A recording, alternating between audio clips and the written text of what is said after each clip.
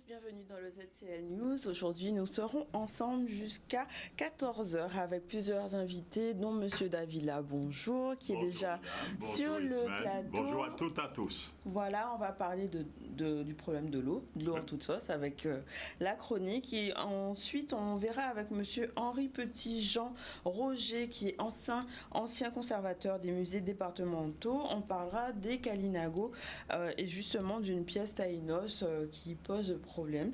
Au niveau des informations, aujourd'hui, on fera un petit retour sur le conseil municipal de la ville de Petit-Bourg où le budget primitif 2014 a été voté. Il sera question de différents points concernant la ville et les activités liées aux associations. On fera aussi un point sur la mobilisation des agents du centre pénitentiaire de Bémao, ces agents qui se mobilisent justement contre les violences et les agressions de leurs collègues. Et il sera question des impôts puisque la campagne des impôts, de déclaration des impôts, démarre aujourd'hui et ce jusqu'au 6 juin. Voilà, déclaration en ligne avec différentes nouveautés pour cette année. Ce sera pour tout à l'heure pour l'information et on va démarrer tout de suite avec notre chronique et générique de l'eau en toute sauce.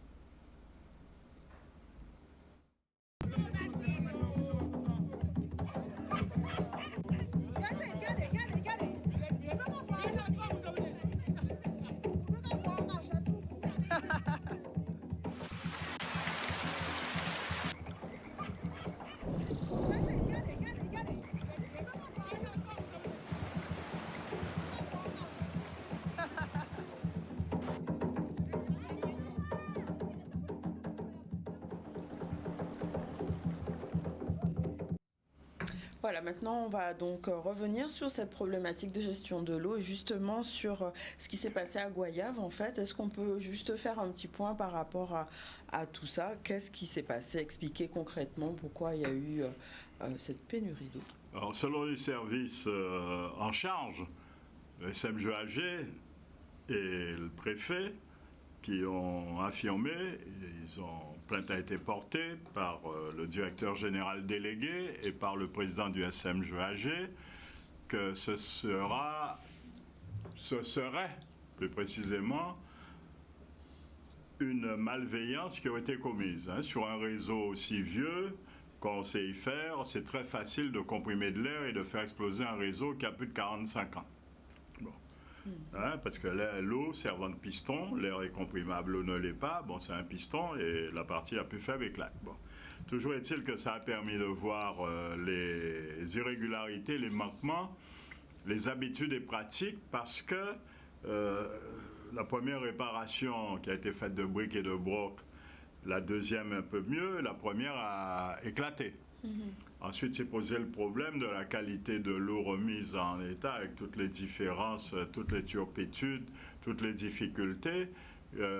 Donc, ce qui permet que le SMGAG a dû se confronter à ces réalités et qu'en dépit de l'aide de l'État à travers ce DGD mis à disposition, notre population doit se rendre compte qu'il faut qu'elle se ressaisisse, qu'elle ait des exigences beaucoup plus sévères pour que les services en charge assument les conséquences de leurs responsabilités, car au moment où certains, tels que l'ARS, qui doivent regagner notre confiance après toutes les dissimulations qu'ils ont faites sur la chlordécone, c'était l'omission de la rétention d'informations qui n'a toujours pas été sanctionnée à ce jour, on était prêt à nous donner de l'eau, alors que l'eau n'était pas potable. C'était de l'eau pour laver sa voiture, laver ses vêtements éventuellement, et ainsi de suite. Sans compter le nombre de délais, parce qu'on n'a pas de laboratoire agréé pour savoir s'il y a des pesticides ici.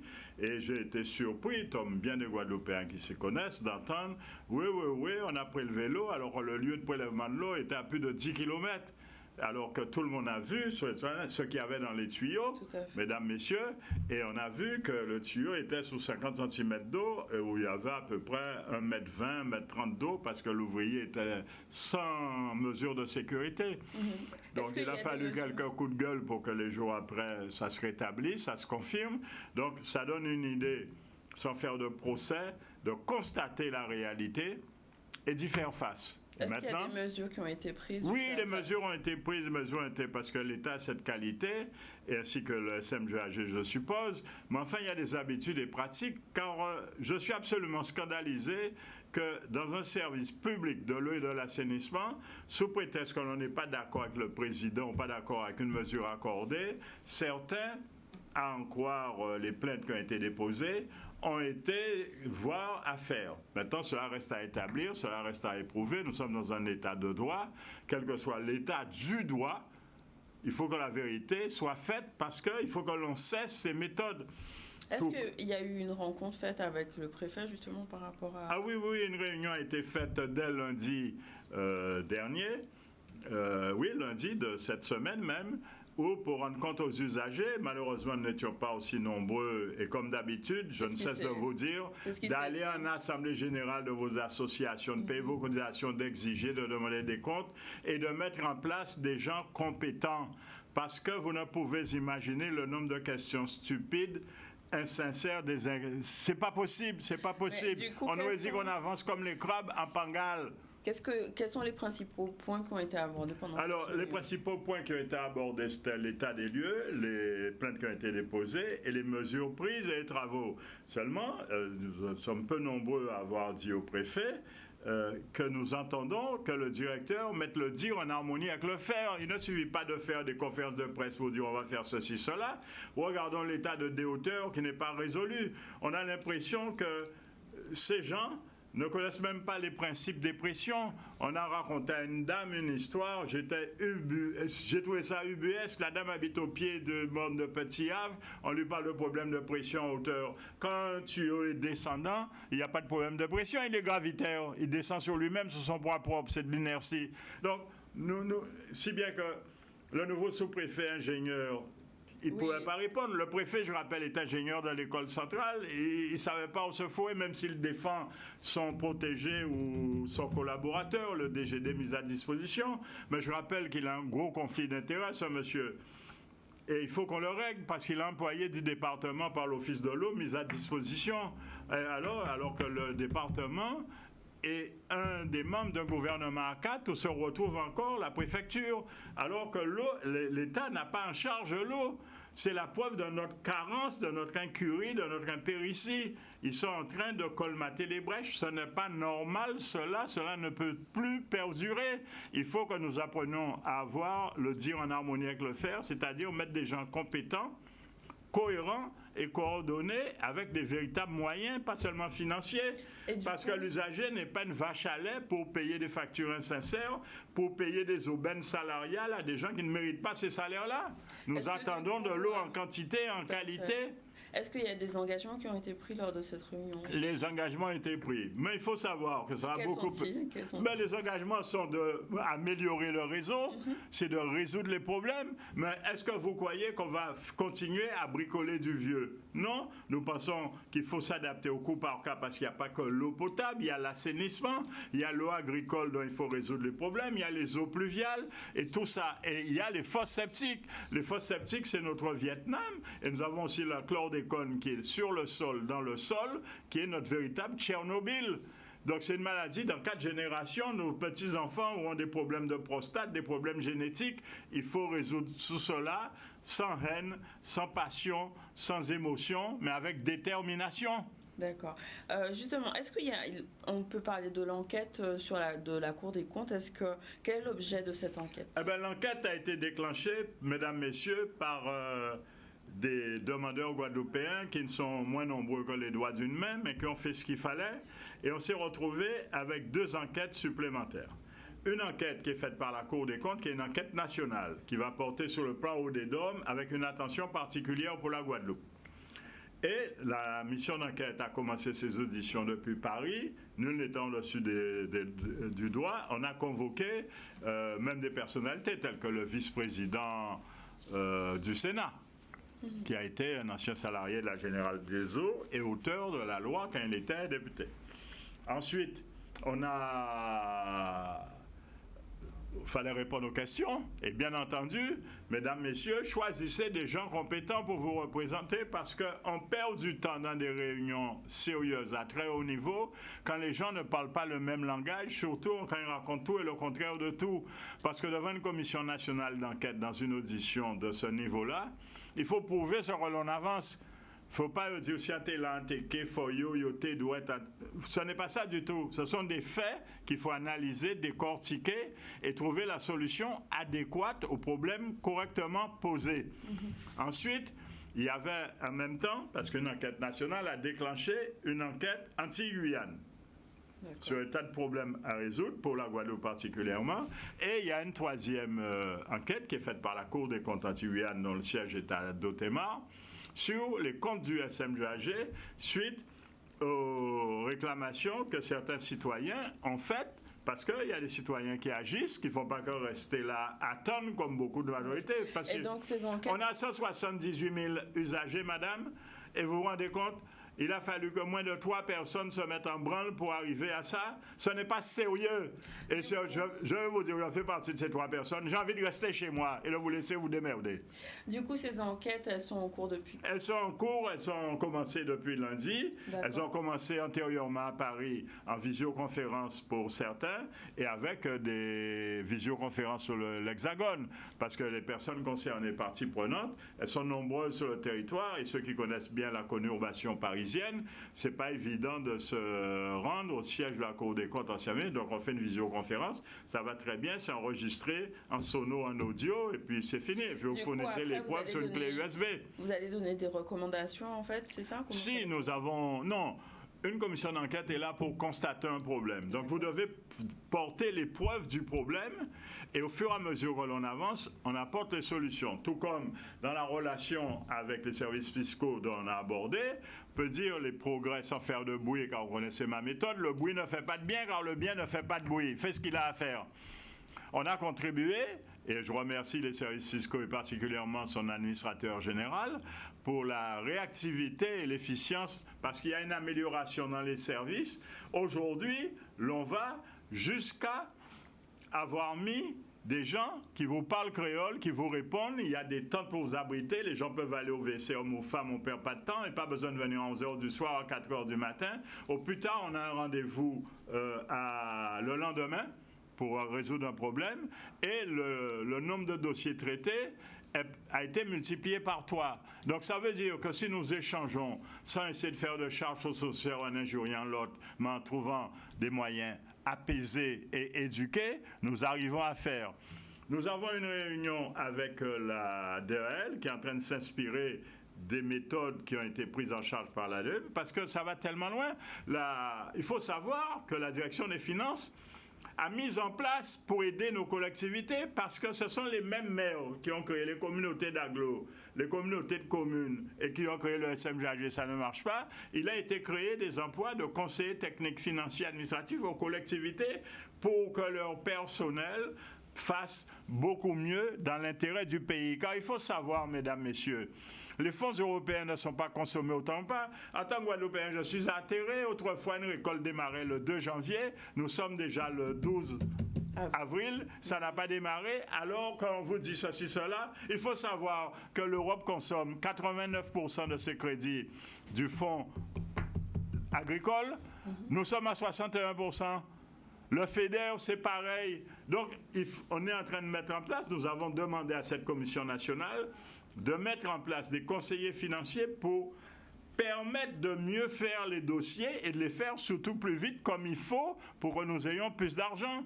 Quand ne croyez pas, parce qu'on a dit que le budget de la nation qui a été augmenté de 320 millions d'euros pour les départements d'outre-mer, on va toucher 320 millions. Faudrait-il que vous eussiez épuisé les crédits antérieurs qui ne sont pas épuisés? D'accord. Et donc, le travail de l'ADL, c'est... Le travail de l'ADL est en charge de la police de l'eau à la Guadeloupe et assure le secrétariat de la présidence, assuré par Mme Duflo, de la protection de la biodiversité, donc restauration de l'environnement. Nous avons plein de problèmes. C'est le SMGAG qui a des stations d'épuration qui dysfonctionnent, qui polluent tout l'environnement. Ce sont les gens qui ont importé de la chlordécone qui l'ont semé. Il faut qu'on résolve le problème. On ne peut pas continuer parce que ce n'est pas en tuant les Guadeloupéens à petit feu, parce qu'on augmente la dilution d'eau, c'est-à-dire on rajoute de l'eau dans l'eau de la grande rivière qui est polluée, que l'on abaisse le taux de chlordécone pour être au-dessus d'une norme, on tue simplement notre compatriote à petit feu. Ça ne peut pas continuer. Il faut apurer les systèmes, il faut apurer les hommes, il faut les reformer, leur redonner le sens du service public. Il y a trop de gens qui n'ont pas le sens du service public. Du coup, quelles sont les prochaines étapes prévues? Donc, les commissions sont en cours. Donc, après, vous donnez des solutions par rapport à... Eh bien, c'est former le plus de gens possible, c'est mettre le plus de moyens financiers, techniques, avec le plus de cohérence, de coordination, mettre les égos de côté, car s'occuper de l'eau, c'est ne pas prendre de parti politique. La seule politique que l'on peut mener, c'est de respecter les règles morales et effectives du contrat moral, c'est fournir de l'eau aux gens en qualité et en quantité et rejeter de l'eau correctement traitée pour que nos enfants, nos petits-enfants puissent avoir un environnement de qualité. D'accord. Donc là, avec tout ce qu'on met en place, normalement, l'idée c'est d'arriver. L'idée c'est de se battre avec détermination, avec compétence. Il faut arrêter d'aller dire n'importe quoi et le contraire de tout. Il faut des gens réellement compétents, des gens qui n'aillent pas vous représenter en racontant des inepties. Car des gens croient que la Guadeloupe, c'est comme on est à Asnières, on sauve l'unité principale de Paris et Le Mans, et ça suffit. Ce n'est pas vrai. Chaque commune à la Côte-sur-le-Vent a son réseau de particuliers, sa prise en rivière particulière. Et les gens ne savent pas. J'ai entendu des gens dire c'est nous qui approvisionnons Capesterre. Mais c'est impossible. Vous comprenez ce que je veux dire? Capesterre approvisionne la Grande Terre et la Grande Terre, on est en train de pomper de l'eau dans les nappes phréatiques pour compenser. On vient vous raconter que c'est des fautes de sécheresse. C'est pas vrai. Les gens oublient qu'il y a un barrage, une retenue à Moustique qui fait 62 000 m3 jour. Le truc est plein. C'est pas parce que c'est de la sécheresse, c'est tout simplement que depuis un demi-siècle, les alluvions, c'est-à-dire ce que la rivière porte, s'est accumulé en amont du barrage. Il suffit d'envoyer un bulldozer et d'enlever tout, et le truc va reprendre son volume. Actuellement, il y a une bretelle amont un peu plus haut. Eh bien, l'eau s'écoule dans la bretelle parce que son bassin de rétention est plein, puis c'est tout. C'est comme si vous avez mis des roches dans votre piscine et vous êtes étonné de ne pas avoir le même volume d'eau. Oui. Le bon sens doit primer. Et ce n'est pas en injuriant les gens, ce n'est pas en racontant des roués-lélés quand des gens vont dire « c'est moi qui ai obtenu, c'est moi qui ai amené ». L'heure n'est pas ça. L'heure est à l'efficacité dans la compétence effective, dans la réactivité. C'est comme ça qu'on va y arriver. C'est en résolvant les problèmes sanitaires du nouvel hôpital qui ne sont pas résolus alors qu'il n'est pas encore livré. C'est en résolvant les problèmes d'eau potable du nouvel hôpital parce que ce n'est pas résolu. L'usine qui est là, ce n'est pas une usine faite pour le nouvel hôpital, c'est pour desservir tout d'autres marteaux Perrin et tout ce qui est après qui va jusqu'à Morne-à-l'Eau, ainsi de suite. Si on branche, mesdames, messieurs, l'hôpital, le nouveau, qui doit être prévu pour janvier 2025 dessus, Morne-à-l'Eau, à partir de Morne-à-l'Eau, il n'y a plus d'eau potable. Donc on est devant un problème, c'est pas en injuriant la maman ou la marraine ou je ne sais pas qui de qui, c'est pas comme ça qu'on va résoudre le problème. Le problème, c'est en trouvant la solution adéquate avec des gens compétents. Ce n'est pas parce qu'un hôpital, ça rejette des eaux particulières. Les installations actuelles ne sont plus en état de les recueillir parce qu'aujourd'hui, vous avez des isotopes radioactifs qui sont dans les eaux hospitalières, comme on les appelle, qu'il faut traiter en préalable dans l'hôpital avec des unités spéciales, des formations spéciales, donc du pognon, parce que la compétence, ça se paye, et plus, avant de les traiter, les décanter avant de les rejeter dans l'environnement. Parce que je serais curieux de savoir comment on va traiter les eaux de l'hôpital et les envoyer à Jarry. Actuellement, il n'y a rien qui est prévu par rapport à ça? C'était prévu en train d'étudier, mais bon Dieu, nous qui voici plaît à Dieu, et nous sommes là, et je peux vous affirmer que, comme je l'affirme en réunion, ce n'est pas en travaillant 3 fois 8 heures chaque jour, y compris les week-ends, que le 1er janvier 2025, on va inaugurer la station d'épuration, parce qu'il faut l'essayer avant. Donc ça ne sera pas prêt. Et vous avez tout l'eau qui vient de Sainte-Anne qui descend sur la nationale. Il y a 5 ouvrages sur la nationale, ça ne suffit pas. Donc parce qu'on est en zone inondable où se trouve l'hôpital, le nouveau CHU. Donc on est dans un problème. Il faut l'assumer et ça se rajoute à tous les problèmes de tous les Guadeloupéens. Est-ce que du coup, ça, ce point par rapport au nouvel hôpital, c'est quelque chose dont vous traitez dans l'enquête? Oui, on en parle de tous les problèmes. Ça nous concerne tous. C'est des problèmes globaux. Donc, il faut les traiter globalement, sans passion, sans émotion, sans prévention, sans parti pris. D'accord. Est-ce que vous avez un message, justement, pour vous? Le message, c'est que les gens assument les conséquences de leur choix. C'est vous qui choisissez les responsables qui vous ont mis dans la situation. C'est vous qui allez être amené prochainement à choisir de nouveaux responsables. Il faut que vous mettez en place des gens compétents et arrêtez de prendre les mêmes. Si vous continuez à reprendre les mêmes, vous aurez toujours les mêmes problèmes. Ce n'est pas parce qu'on a changé le nom du macaque qu'il n'est pas toujours un macaque. Je ne cesse de vous répéter, rappelons Eboué, baptisons Bouchette, son Bouchette baptisons, Bouchette baptisé, c'est toujours un Bouchette. D'accord, bon, ce sera le mot de la fin du coup de cette interview. On va faire, merci d'être venu pour avoir fait le point sur la gestion de l'eau actuelle en Guadeloupe. On reviendra de toute façon, puisque c'est un dossier sans fin. L'eau est quotidienne. Exactement. On fait notre première pause publicitaire. On revient tout à l'heure avec le monsieur Henri Petitjean Roger, donc ancien conservateur des musées départementaux. À tout à l'heure. Voilà, de retour sur le plateau du ZCL et nous allons développer l'actualité, l'information du jour et revenir donc sur le conseil municipal de la ville de Petit-Bourg qui a eu lieu donc et a voté son budget primitif en équilibre avec l'ambition de faire de Petit-Bourg une terre d'avenir et une ville qui se réalise. On voit un reportage de Charlie Dagonia. Alors c'était un conseil municipal très animé avec beaucoup de gaieté comme vous le constatez. Un conseil municipal, nous avons voté comme d'habitude tous nos points à l'unanimité. Il s'agissait pour nous ce soir de voter particulièrement le budget de la ville, 40 millions en fonctionnement et 7,5 millions en investissant. Pourquoi? Parce que nous avons encore à investir sur ce territoire-là qui est en plein développement. Donc 7,5 millions pour notre investissement, c'est important pour nous de poursuivre un aménagement qui est à la fois à l'intérieur des terres, mais aussi sur le littoral, poursuivre l'amélioration du cadre de vie, notamment dans le bourg, créer des espaces nouveaux pour qu'il y ait des activités économiques sur notre territoire, mais surtout faire de sorte que nos populations trouvent des espaces de loisirs et des espaces d'activité économique. Nous allons aussi investir dans le milieu social, dans le domaine social, pour la jeunesse, pour aussi nos enfants, avec un village de la parentalité, un village de la famille, une maison de la parentalité.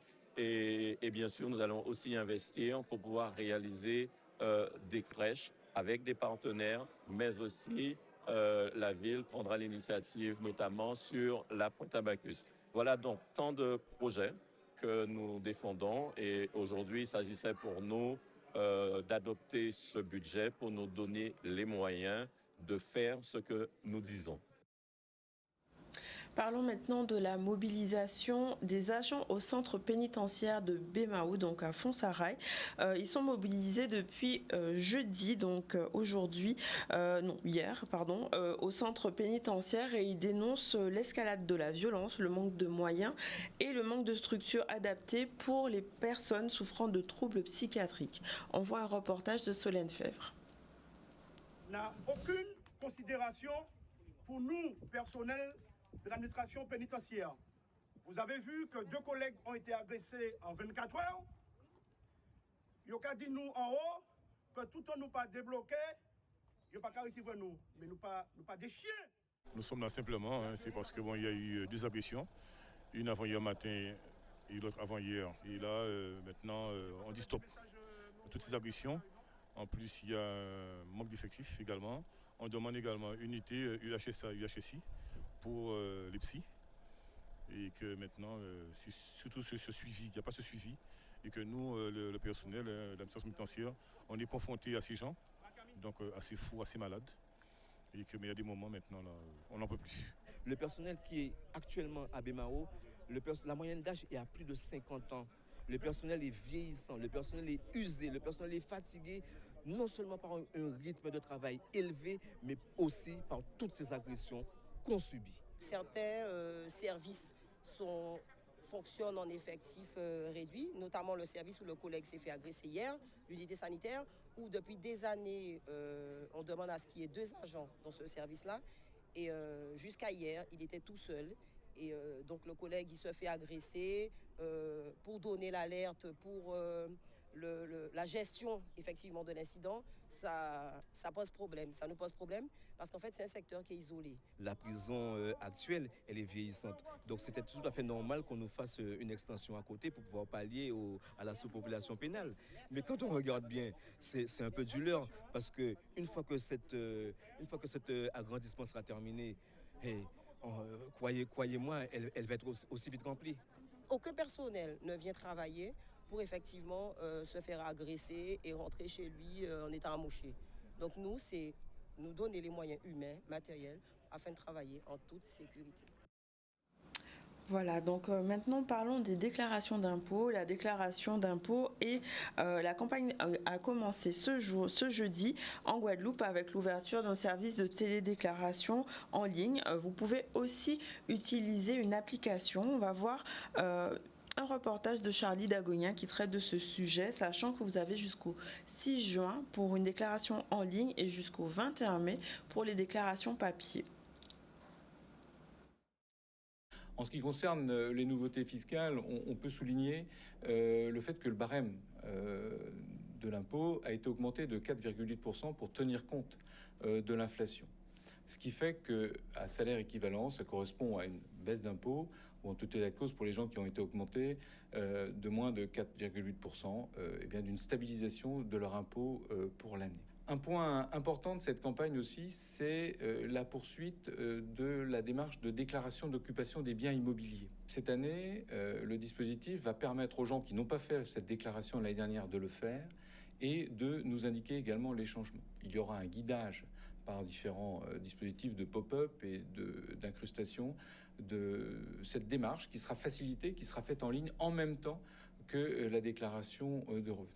La fraude déclarative qui reste encore évidemment heureusement limitée, mais qui est complètement aujourd'hui identifiée et qui donnera lieu à des poursuites parce que ça constitue une fraude. L'usager peut se tromper, on a la possibilité de corriger en cas d'erreur, mais lorsque l'on met sciemment des chiffres erronés sur une déclaration aux fins d'obtenir un crédit d'impôt et d'avoir une restitution infondée, c'est une fraude. Et j'invite vraiment les contribuables guadeloupéens à être extrêmement prudents, à ne pas donner leurs identifiants, leurs adresses mail à personne d'autre que leur tiers de confiance. Parce que derrière, ce sont eux qui seront poursuivis pour cette fraude. Donc ça, c'est un point important. Notre objectif, c'est d'accompagner nos usagers dans leurs formalités. Alors évidemment, on se mobilisera pour continuer à les recevoir. On a aussi ce numéro national, le 0809 401 401, qui permet d'avoir quelqu'un au téléphone et l'équipe de Guadeloupe y participe aussi.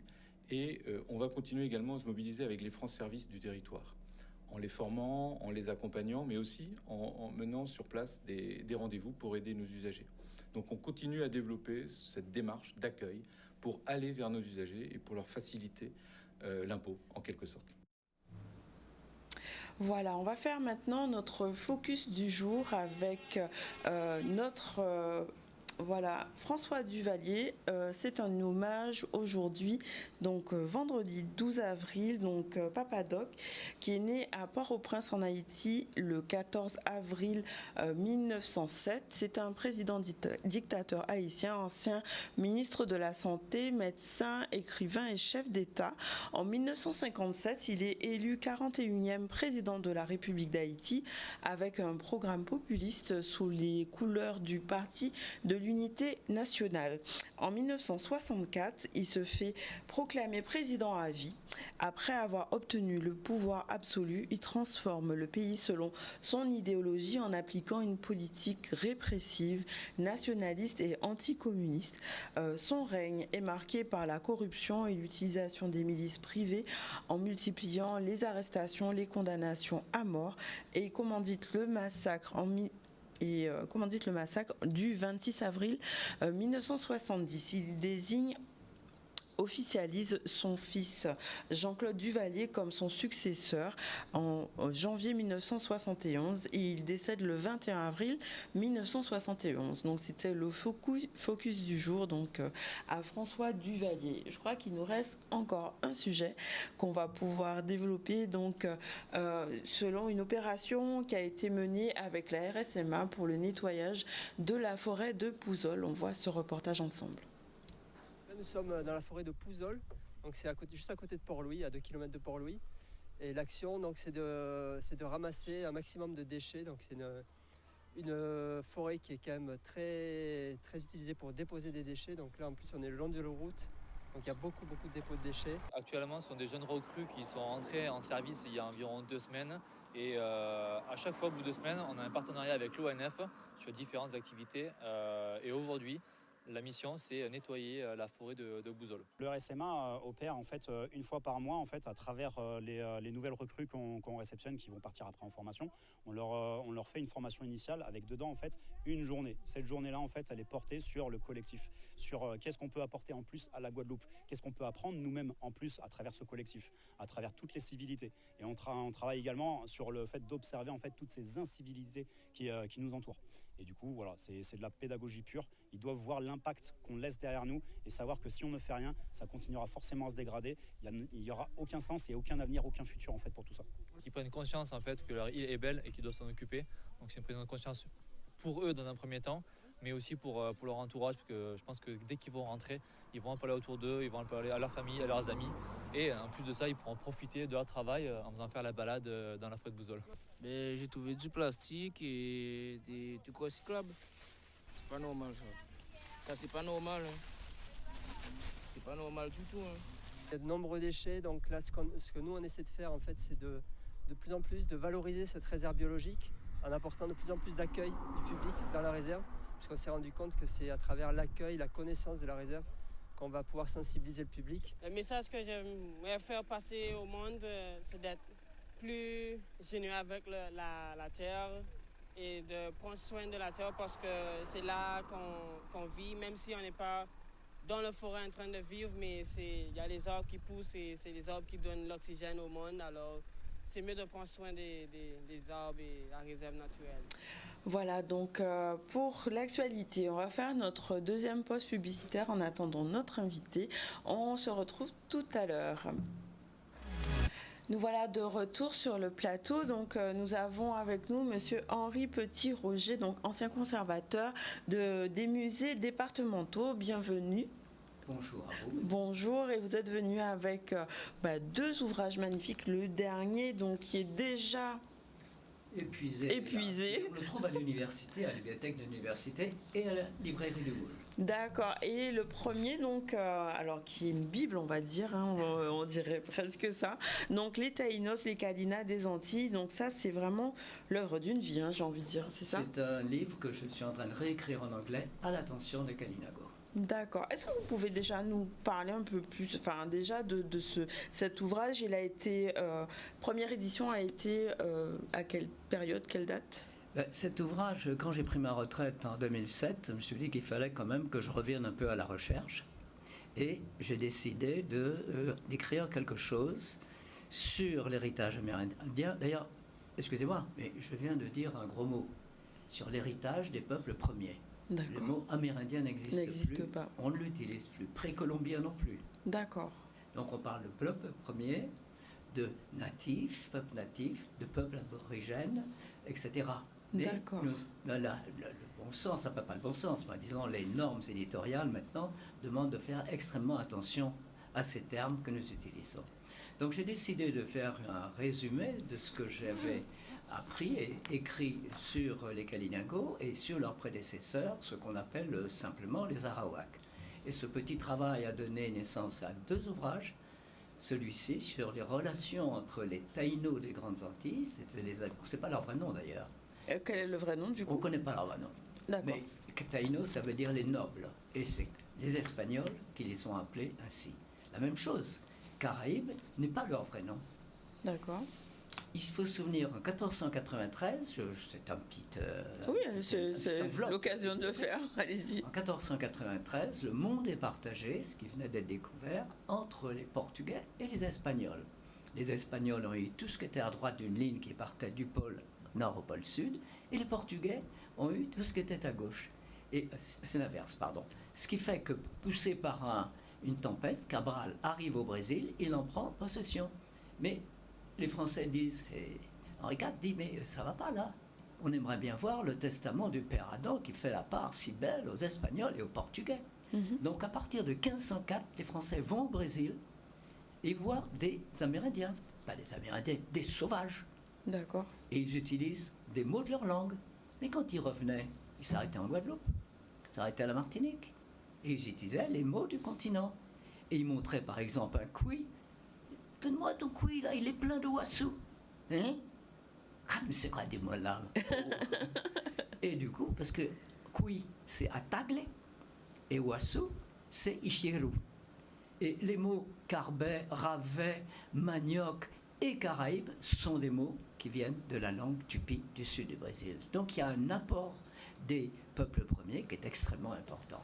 Donc je reviens, j'ai consacré 5 ans à écrire ces 2 ouvrages et ils sont bien sûr épuisés depuis longtemps, mais je les ai offerts à ceux qui me demandaient par une version électronique. D'accord, donc il y a une version électronique si on veut pouvoir bénéficier de... J'écris pour être compris, j'écris pour diffuser ce que j'ai appris et que j'ai appris par des personnes très humbles, des pêcheurs à qui je tirais la Seine, des pêcheurs en rivière à qui j'allais dans les hauteurs de Balata chercher dans la rivière au fond avec un citron dans la poche, précaution suprême contre les bêtes longues. On ne prononce jamais le nom de la bête longue, on va la faire apparaître.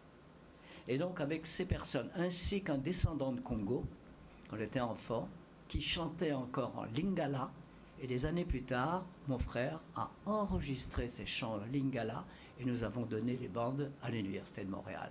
Donc c'est toutes ces personnes qui m'ont appris à m'intéresser aux héritages culturels qui créent notre culture créole. D'accord, donc ces populations, on va dire, primitives ont apporté beaucoup en matière d'artisanat, de poterie, sculpture, et justement, il y a un objet qui fait l'objet on va dire, de convoitise, où on parle la pierre à 3 pointes. Est-ce qu'on peut expliquer qu'est-ce que c'est comme objet déjà? Ces objets qu'on appelle les pierres à 3 pointes, ce sont des objets de forme triangulaire qui ont apparu aux Petites Antilles vers 300 de notre ère et qui sont allés en se développant, devenant très grands aux Grandes Antilles, jusqu'à faire à peu près 20-30 cm sur une vingtaine de centimètres. Ils sont toujours ornés de têtes ou de différents motifs et grâce à Christophe Colomb, nous savons à quoi servaient ces objets. Ce sont des objets très symboliques et uniquement taïno. Alors, la pièce dont nous parlons date du XVe siècle, mais je reviens, ces pierres chez les taïnos étaient censées aider les femmes à accoucher sans douleur, à leur obtenir l'appui quand il y avait une sécheresse et enfouis dans les jardins à faire pousser le manioc, le maïs et tout ce qui est... C'est mieux qu'un couteau suisse, ça. Et voilà qu'à la suite d'un raid du début du XVe siècle sur Porto Rico, raid des Kalinago de la Dominique, l'objet revient en Dominique et en 1885, il est découvert par hasard par quelqu'un qui la porte au curé des villages. Là, il arrive en France et de la France, il est dans les collections du Quai Branly aujourd'hui. Donc, collection inaliénable. Et cet objet a été, si vous voulez, a donné lieu à une inspiration. Et j'ai vu sur un reportage de La Une Guadeloupe, le chaman s'emparer de cet objet, l'élever vers le ciel et commencer à psalmodier des tas de choses. Je me suis dit, il est fou. Mais j'ai corrigé mon sentiment en disant tout de suite, c'est extrêmement intéressant, ce syncrétisme religieux entre cet objet qui est purement taïno et qui a été réintégré dans la culture kalinago. Alors c'est pour ça que je me suis dit, il faudrait peut-être que je traduise en anglais tout ce que j'ai écrit sur la culture Kalinago, leur mode de vie, l'anthropophagie qui était bien réelle, hein, mais c'était pas juste pour manger, ça faisait partie de toute un rite, rituel, etc. Donc, de traduire ça en anglais pour permettre d'abord aux Kalinago, car il existe d'authentiques descendants de Kalinago, de pouvoir un peu avoir accès à la culture de leurs ancêtres. Donc cette pierre, elle a été découverte à la Dominique et transportée en France. Comment le transport Alors, les Kalinago la réclament, mais juridiquement, moi je suis un avocat, je dis non. Si quelqu'un doit la réclamer, il faudrait que ce soit les Taïnos. Mais il y a autre chose. Les Kalinago devraient à ce moment-là réclamer aussi un magnifique duo, c'est-à-dire un siège en bois sculpté, qui est un siège de pouvoir, qui lui aussi a été volé à la même époque. Enfin, je dis, il a été pris trophée de guerre, parce que les Kalinago, au XVe siècle, au début du XVIe siècle, lançaient périodiquement des raids sur Porto Rico. On a des volumes entiers. Il est où ce siège? Il est au Quai Branly aussi? Non. Il est dans au jardin botanique de Kew, en Angleterre, dans la maison de la Dominique. Et c'est Lennox Honeychurch, qui est un chercheur anthropologue de la Dominique, qui l'a découvert et qui, pour la première fois, a révélé l'existence de ce duo magnifique que personne ne connaissait. Donc, vous voyez, il y a d'ailleurs partout aux Petites Antilles, du fait de ces raids Kalinago vers les Grandes Antilles, eh bien, des objets qui sont attachés. Mais l'affaire ne s'arrête pas là. Car nous avons donc deux grottes. La grotte d'où vient la pierre de Soustelle, enfin, qui est au Quai Branly. L'autre grotte dans laquelle il y avait le duo plus des objets de bois qui ont disparu, où est-elle? Mais il y en a une troisième. Et cette troisième, elle a été révélée par une captive d'origine africaine qui était la maîtresse d'un capitaine, et elle a été enlevée à Porto Rico et ramenée en Dominique, où là, il est devenu l'épouse secondaire d'un chef de la Dominique, d'un chef Kalinago. Elle réussit à s'enfuir en 1584, et là, elle dit, j'ai vu un trésor dans une grotte. Elle est convoquée devant un tribunal, et sous serment, elle dit, oui, je le jure, oui, j'ai vu une grotte, c'était plein de pièces d'or, etc. Mais au même moment, un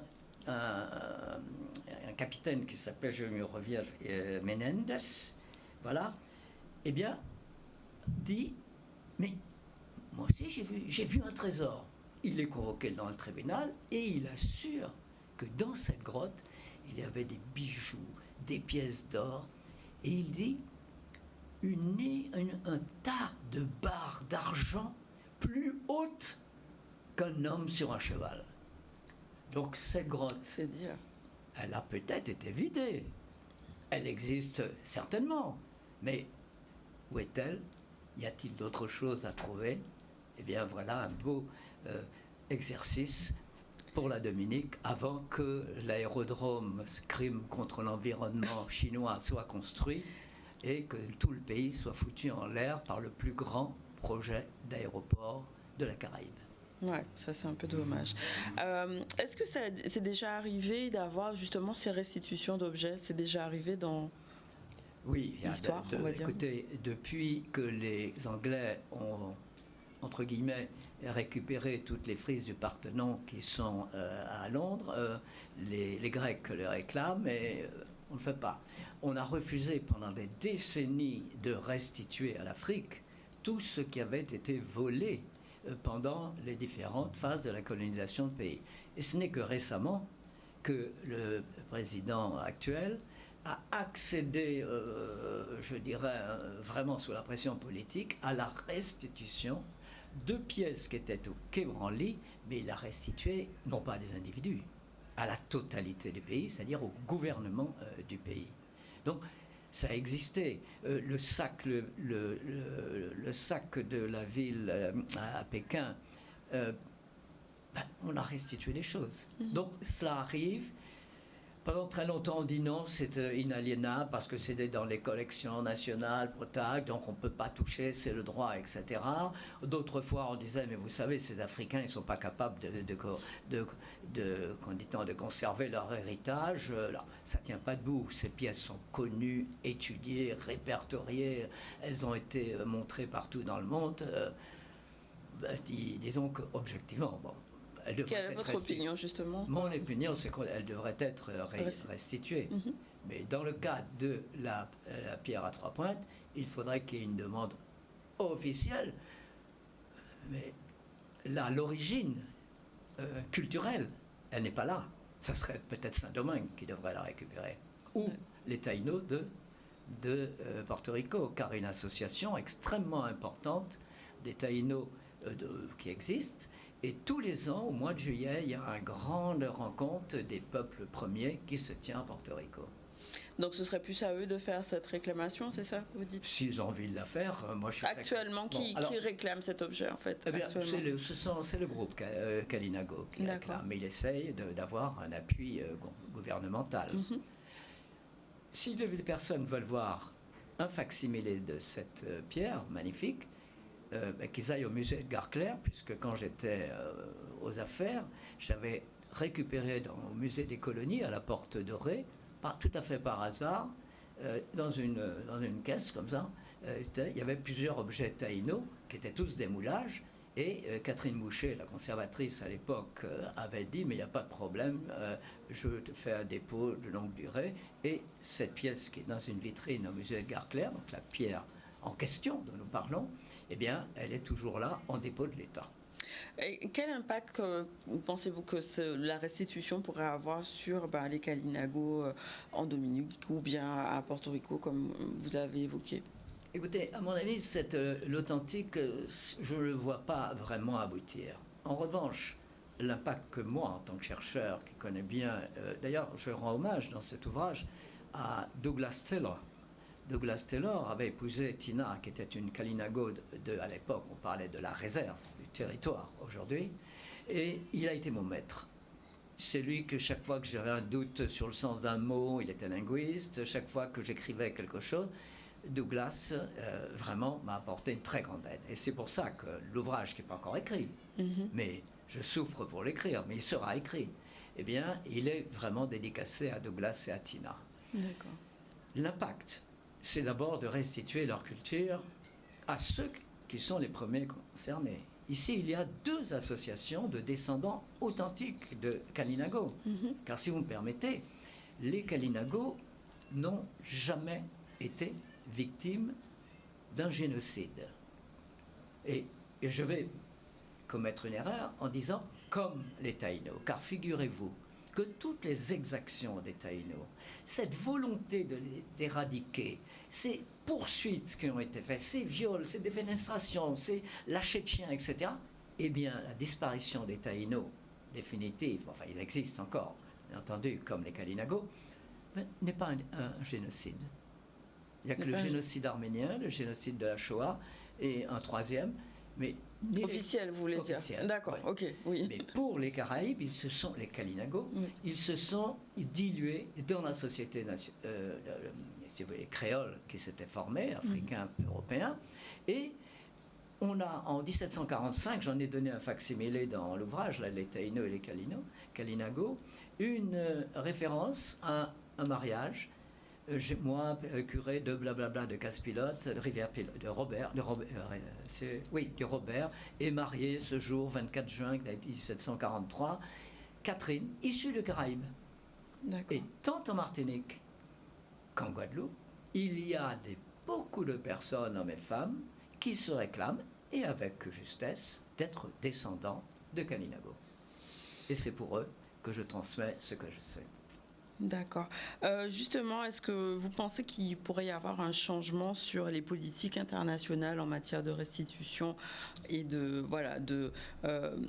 restitution d'objets culturels appartenant à ces populations? Est-ce que ce serait quelque chose d'envisageable, vous pensez? Non, envisageable, c'est un sujet à discussion. On en parle tout le temps. Maintenant, il y a un contexte mondial actuellement qui n'est pas très en faveur de la restitution de quoi que ce soit à quiconque. Donc, si vous voulez, cela se fera peut-être. Mais est-ce que les tendances actuelles d'une uniformisation de la culture, d'un ordre mondial qui se met en place, est-ce qu'il va prendre en compte les minorités qu'elles soient indigènes ou qu'elles soient des États.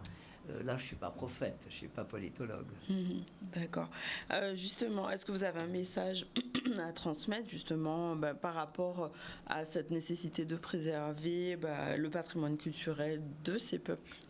Alors, la première chose que je dirais, c'est qu'on trouve tout le temps des objets d'origine, enfin de ces peuples premiers. Pour situer un petit peu d'ailleurs le passé de la Guadeloupe, avant l'arrivée des Français, donc avant les périodes coloniales, les premiers habitants de la Guadeloupe arrivent en Guadeloupe vers 3000 avant notre ère. On a trouvé un squelette à Marie-Galante qui était moins 3000 puis un petit chouïa autour.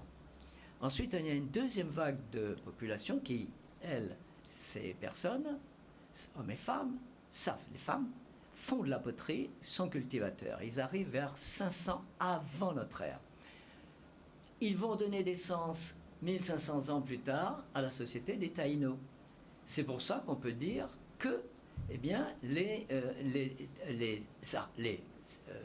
gens de Saladero, les Saladoïdes, premiers occupants, parlaient une langue arawak. Ensuite, il y a une autre... en même temps arrivent des gens des côtes du Brésil, et puis vers 900, pas du Brésil, de Colombie, ensuite vers 900 de notre ère, très certainement, arrivent les premiers, enfin les ancêtres des Kalinago. Alors je dis, on sait quand on a leurs premières traces, en 1500 seulement. Mais en 1492, Colomb rencontre des Kalinago quand il a débarqué. Tout de suite, on lui parle des Kanima.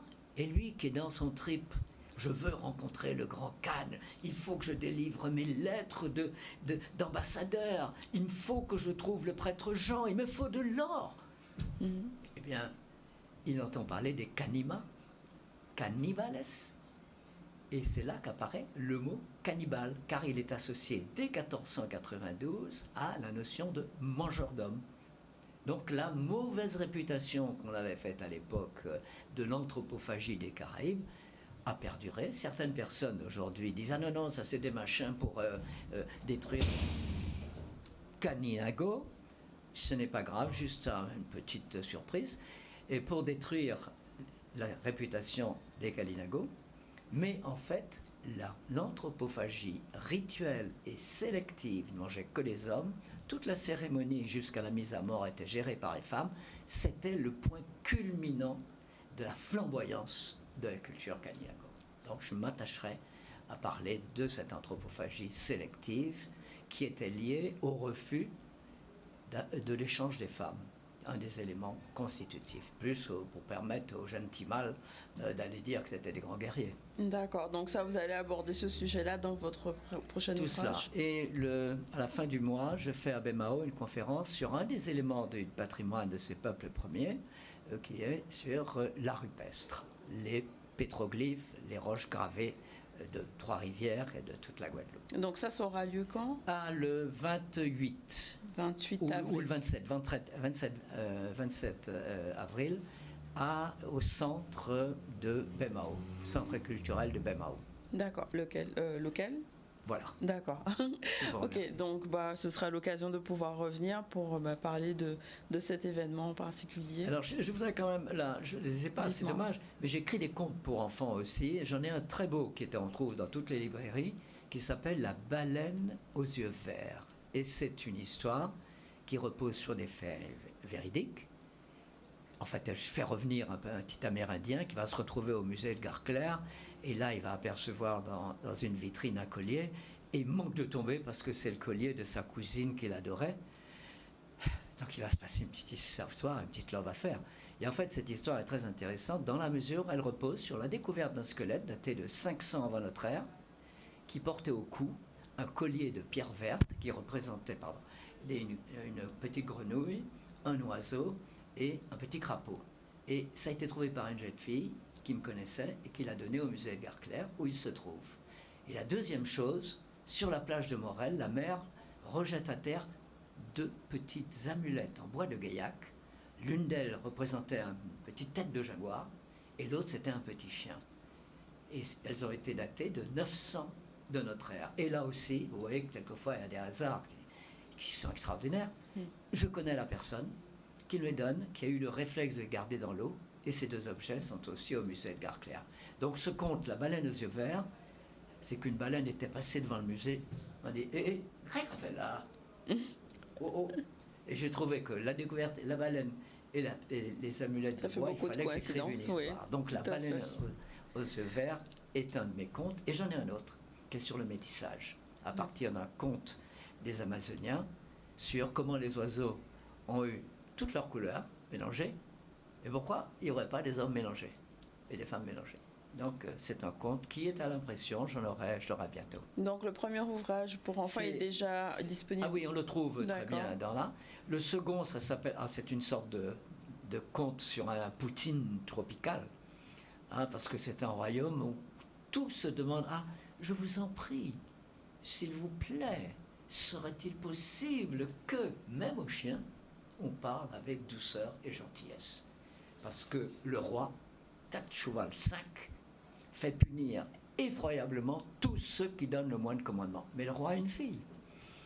Et il y a un certain Philippe Biboué qui joue de la flûte.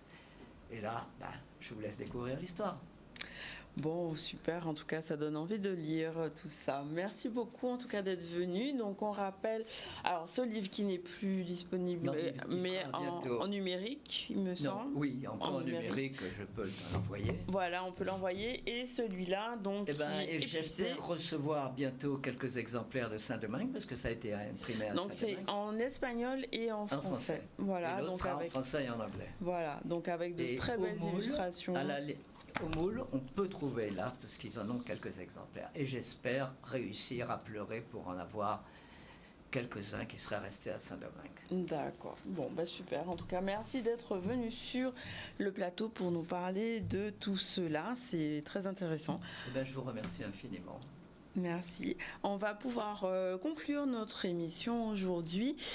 Donc, on a eu Monsieur Davila qui nous a fait un compte-rendu de ce qui s'était passé à Goyave avec la casse à bois sec et d'autres sujets en lien avec des expertises qui sont en cours, des recommandations avec la commission d'enquête de la CRC Antilles.